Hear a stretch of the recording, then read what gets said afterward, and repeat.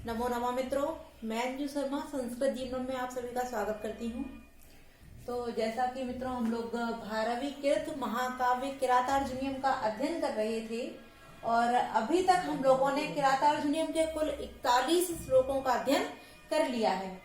तो मैं वीडियो को आरंभ करूं, अर्थात हमारे जो आज मैं 42, 43 और 44वें श्लोक के साथ आप सभी के समक्ष उपस्थित हूँ।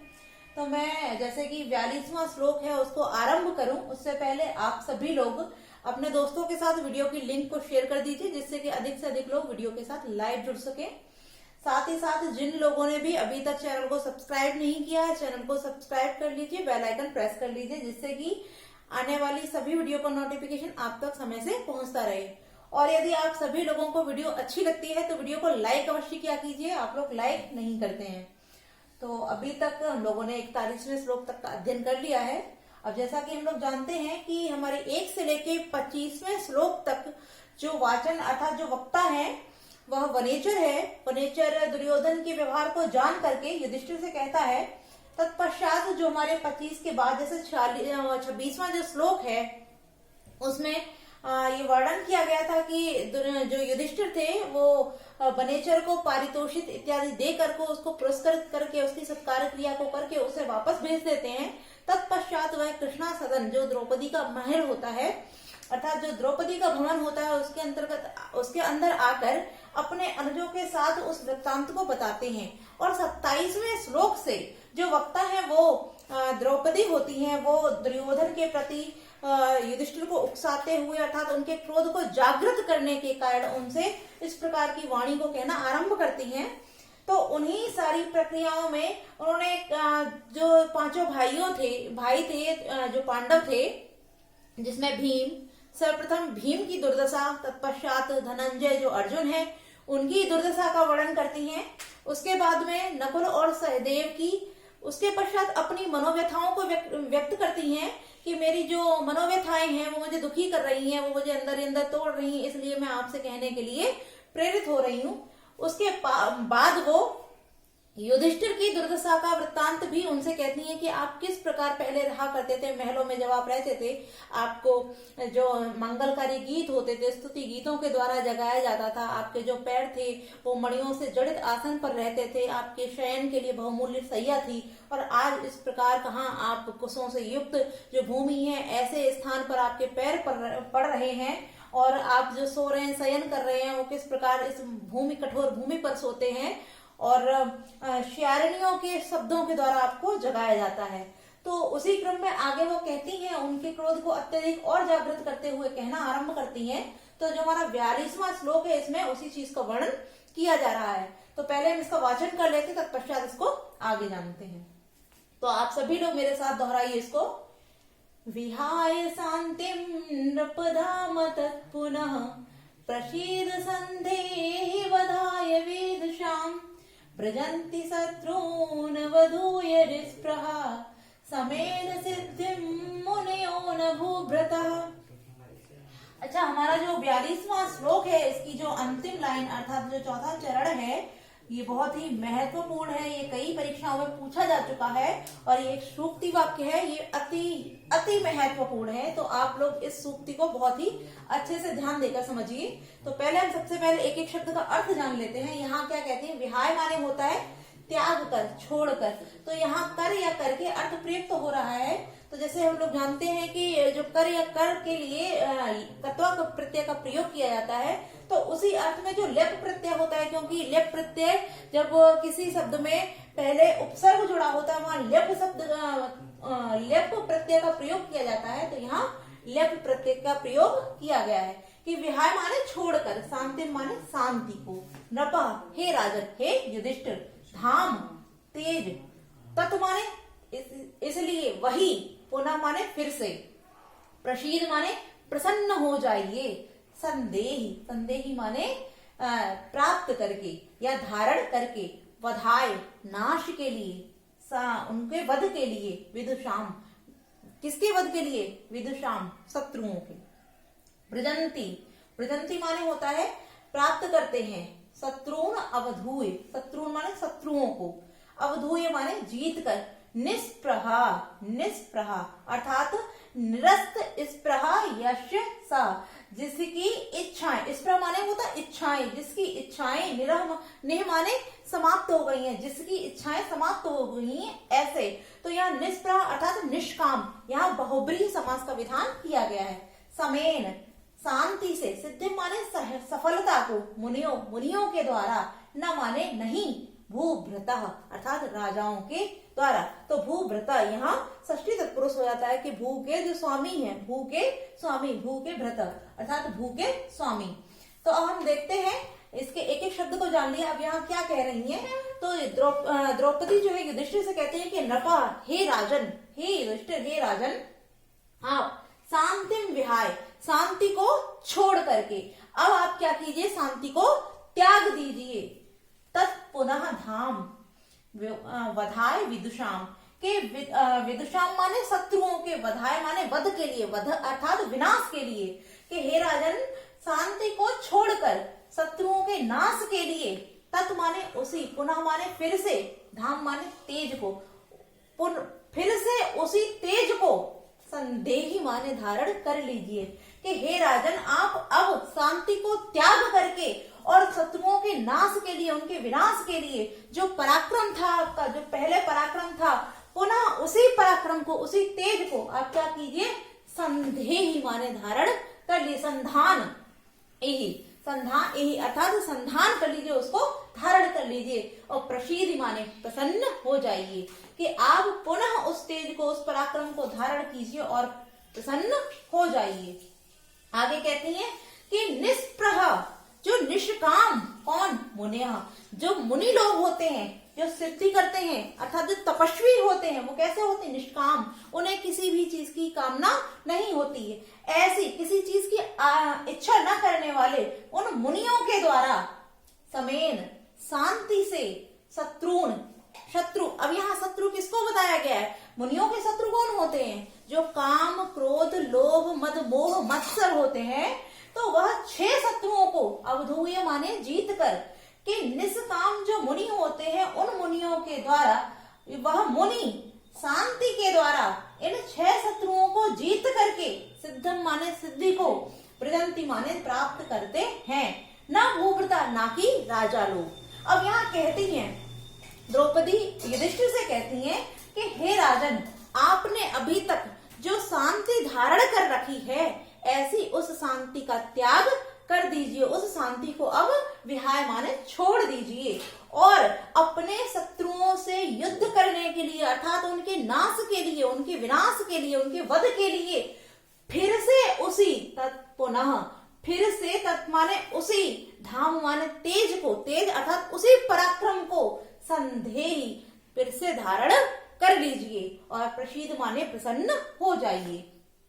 अब वो यहाँ उनकी समानता के आपने जो धारण कर रखी है शांति, वो किस प्रकार की होती है, तो कि हे राजन निष्प्रह,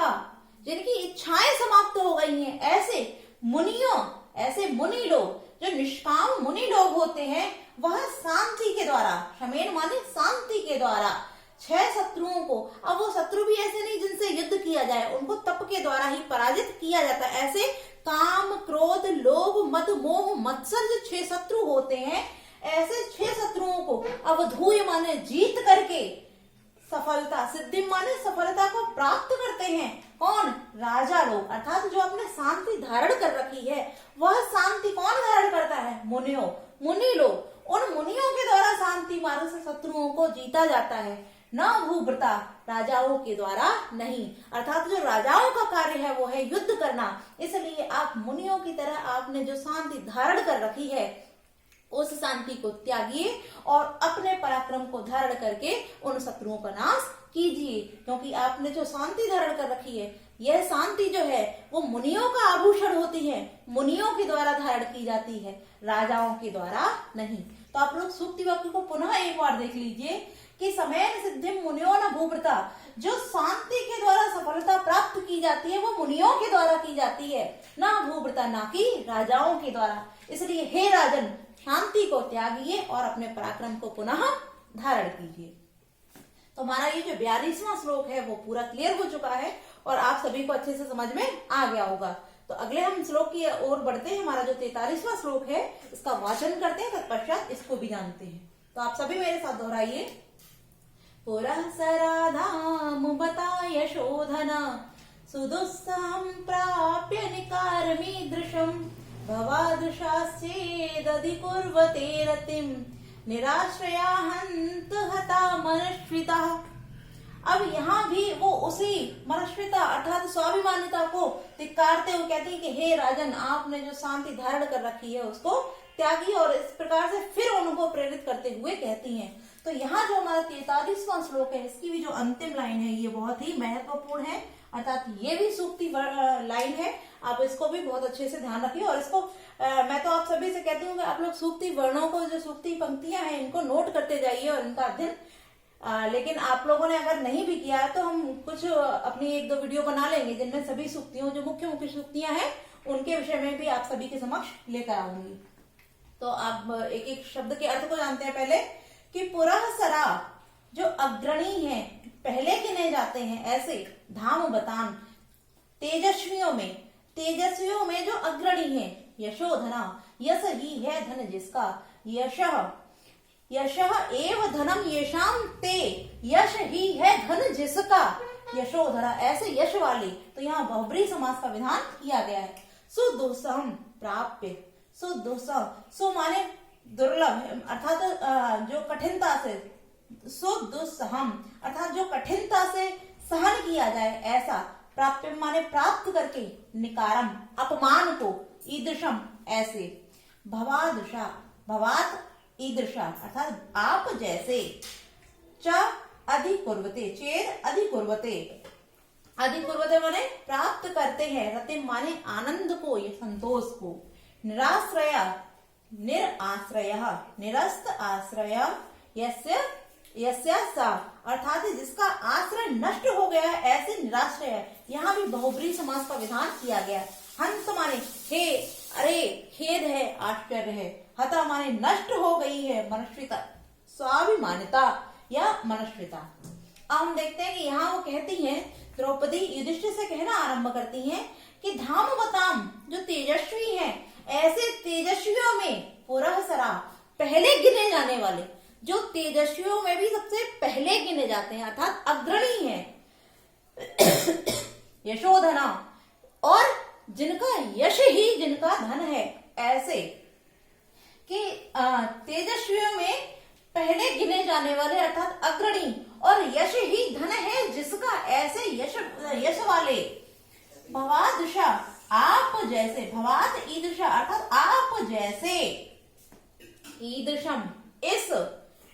दुस्सहम अर्थात जो कठिनाई से सहन किया जाए, जो सहने योग्य नहीं है अर्थात असहनीय, असह्य, निकारम अपकार को, अपमान को, प्राप्य माने प्राप्त करके, रतिम अधिकुर्वते संतोष को प्राप्त करते हैं कि हे राजन, आप इतने तेजस्वी हैं, पराक्रमी हैं, आप लोगों की गणना तेजस्वियों में भी सबसे पहले होती है, और आप लोगों के लिए ही यश जिनका सबसे बड़ा धन है अर्थात आप लोग यशवान हैं, यश ही है आपका धन जिसका, ऐसे आप जैसे लोग इस कठिनाई से जो जिसको सहन किया जाता है अर्थात असहनीय अपकार को प्राप्त करके, अनादर को जो आपका तिरस्कार किया जा रहा है, इस तिरस्कार को प्राप्त करके भी आप क्या कर रहे हैं, रतिम अधिकुर्वते अर्थात संतोष को प्राप्त कर रहे हैं। आप इतने पराक्रमी हैं, सब कुछ है, फिर भी आप हाथ पर हाथ रखे इस प्रकार बैठे हैं, तो हंता खेद है, मुझे आश्चर्य है, हे धिक्कार है, क्यों, मनश्विता जो स्वाभिमानिता है वो क्या हो रही है, निराश्रय आश्रयहीन होकर, हता माने नष्ट हो रही है कि हे राजन, जो स्वाभिमानिता आप जैसे राजाओं के द्वारा ही आश्रित होती है, जिस स्वाभिमान को आप जैसे लोग ही आश्रय देते हैं, जो मनश्विता है अच्छे अच्छे लोगों के अर्थात जो महान लोगों के द्वारा पाली जाती है, जो मनश्विता स्वाभिमानिता होती है, आप जैसे यश वाले लोगों के द्वारा अर्थात जो तेजस्वी लोग होते हैं, पराक्रमी लोग होते हैं, इन लोगों के द्वारा ही पाली जाती है। किंतु आप जैसे लोग जब अपमान को प्राप्त करके और संतोष को प्राप्त कर रहे हैं अर्थात आप उसमें भी शांति ढूंढ रहे हैं, उसमें भी आनंद को खोज रहे हैं, तो हे राजन मुझे धिक्कार है, हंता माने खेद है, आश्चर्य है कि मैं दुखी हो रही हूँ। अब मैं क्या करूं, हे धिक्कार है कि जो मनस्विता है, जो स्वाभिमानता है, वो क्या हो रही है, निराश्रय आश्रयहीन होकर के हता माने नष्ट हो रही है। तो यहाँ भी द्रौपदी जो है वो युधिष्ठिर को उकसा रही है, बार बार प्रयत्न कर रही है कि यह अपनी शांति को त्याग दें और दुर्योधन से युद्ध करने के लिए पुनः से तैयार हो जाएं, किंतु फिर भी वो उस चीज को नहीं मान रहे हैं। तो यहाँ वो फिर बोलती हैं कि हंत हता मनुष्यता निराश्रय, निराश्रय हंत हता मनुष्यता, कि हे हंता माने अरे धिक्कार है, मुझे खेद है कि मनुष्यता जो स्वाभिमानता है, मनुष्यता है, वो आश्रयहीन हो गई है, क्योंकि आप जैसे राजाओं ने क्या कर दिया है, शांति को धारण कर रखा है और वो निराश्रय होकर के हता माने नष्ट हो रही है। तो हमारा जो 43वां श्लोक था ये भी क्लियर हो गया है और एक एक शब्द का अर्थ हमने क्लियर कर लिया, तो आप सभी को इसका अच्छे से अर्थ समझ में आ गया होगा। तो आगे हम बढ़ते हैं अपने 44वें श्लोक की तरफ और पहले इसका वाचन करते हैं, फिर इसका अर्थ जानते हैं। तो आप सभी लोग मेरे साथ दोहराइए। अथ क्षमा में निरस्त विक्रम चिराय पर्येसि सुखस्य साधनम विहाय लक्ष्मी पति लक्ष्म कार्मुकम जटाधर संजोदेह पावकम। अब ये जो हमारे 42वें, 43वां, 44वां श्लोक है, ये तीनों ही श्लोक बहुत महत्वपूर्ण हैं और तीनों ही श्लोकों की जो अंतिम लाइन है अर्थात जो चौथा चरण है, ये तीनों ही श्लोकों के चौथे चरण अर्थात अंतिम लाइन हमारे सूक्ति वाक्य हैं। तो इन सूक्ति वाक्यों को आप लोग बहुत अच्छे से ध्यान दीजिए। तो यहाँ भी वो कहती हैं युधिष्ठिर को प्रेरित करते हुए, तो कहे अथ माने वैसे होता है इसके पश्चात, लेकिन यहाँ अथवा से अर्थ दिया है कि अथवा क्षमाम एव शांति में ही निरस्त विक्रम, निरस्त हो गया पराक्रम जिसका, ऐसे लोग अर्थात विक्रम माने होता है पराक्रम, निरस्त माने हीन हो गया अर्थात पराक्रम से हीन होते हुए। तो यहाँ निरस्त विक्रमा यस्य सह, यहाँ बहुब्रीहि समास का विधान किया गया है। चिराय माने दीर्घ समय तक, चिराय दीर्घ समय तक, परयेश माने प्राप्त करते हैं या समझते हो, सुख से साधनम सुख का साधन, विहाय त्याग दीजिए या छोड़ करके, यहाँ लेप प्रत्यय है तत्व प्रत्यय के अर्थ में, लक्ष्मीपति लक्ष्म कार्मुकम, कार्मुक माने होता है धनुष,